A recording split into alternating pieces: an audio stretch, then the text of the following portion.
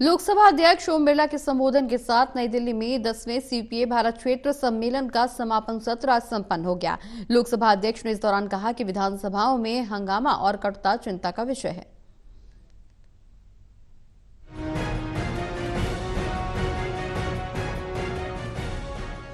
संसद परिसर में 23 सितंबर को शुरू हुआ 10वां राष्ट्रमंडल संसदीय संघ सीपीए भारत क्षेत्र सम्मेलन आज संपन्न हो गया। समापन सत्र की अध्यक्षता लोकसभा अध्यक्ष ओम बिरला ने की, जो सीपीए भारत क्षेत्र के अध्यक्ष भी हैं। इस अवसर पर ओम बिरला ने कहा कि विधानमंडलों में हंगामा और कटुता चिंता का विषय है। लोकसभा अध्यक्ष ने कहा कि इस मुद्दे पर समय समय पर पीठासीन अधिकारियों से चर्चा की गई है और पीठासीन अधिकारियों से सदन की कार्यवाही गरिमा और शिष्टाचार के साथ और भारतीय मूल्यों और मानकों के अनुसार संचालित करने का आग्रह किया गया है। सही विधायिकाओं के लिए बड़ी चुनौती है और इस चुनौतियों पर भी चर्चा हुई। समय समय पर जब हमारा अखिल भारतीय पीठासीन अधिकारी सम्मेलन होता है, उस पर समय समय पर इस विषय पर चर्चा होती है कि किस तरीके से हम विधायकों में अनुशासन के साथ चर्चा संवाद के स्तर को ऊंचा उठाना, समय समय पर आयोजन करने से प्रयास होता है कि कई विधानसभाओं ने अच्छे परिणाम निकले, कई ने अच्छे नियम कानून भी बनाए। लोकसभा अध्यक्ष ओम बिरला ने कहा कि सदन की परंपराएं और प्रणालियां भारतीय प्रकृति की होनी चाहिए और नीतियां और कानून भारतीयता की भावना को मजबूत करने वाले होने चाहिए, ताकि एक भारत श्रेष्ठ भारत का संकल्प पूरा हो सके। लोकसभा अध्यक्ष ओम बिरला ने कहा कि पीठासीन अधिकारी ये सुनिश्चित करें कि सदन सभी की भागीदारी के साथ सरकार की नीतियों और कार्यक्रमों पर गरिमापूर्ण चर्चा का केंद्र बने।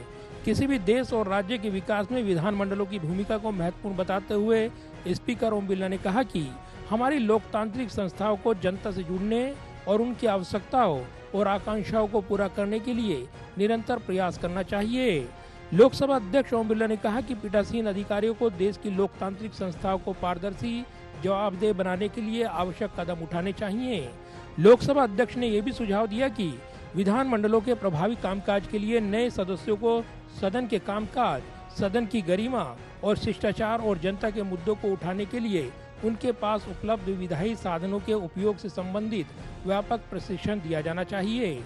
लोकसभा अध्यक्ष ने आग्रह किया कि पीठासीन अधिकारियों को दलों के बीच निरंतर और सुसंगत संवाद बनाए रखना चाहिए और राजनीति के नए मानक स्थापित करने चाहिए। इस बात पर खुशी जताते हुए कि विधायी निकाय अपने राज्यों में विधानमंडलों में प्रक्रिया और अभिलेखों का डिजिटलीकरण कर रही हैं और सूचना प्रौद्योगिकी का उपयोग करके जन प्रतिनिधियों की क्षमता निर्माण के लिए उपाय कर रही हैं। लोकसभा अध्यक्ष ने आशा जताई है कि ऐसे उपाय विधानमंडलों की दक्षता और प्रभावशीलता में सुधार करने में काफी मददगार होंगे।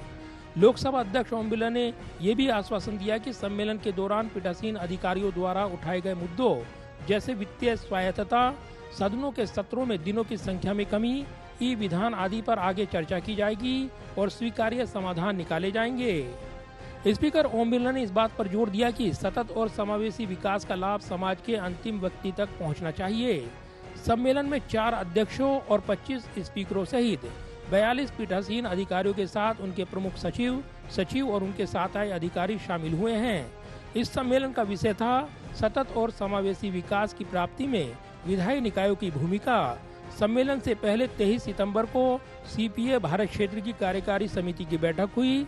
सम्मेलन के दूसरे और आखिरी दिन आज लोकसभा अध्यक्ष ओम बिरला ने राज्य विधान निकायों के पीठासीन अधिकारियों के साथ संसद परिसर में प्रेरणा स्थल पर प्रतिष्ठित व्यक्तियों को श्रद्धासुमन भी अर्पित किए।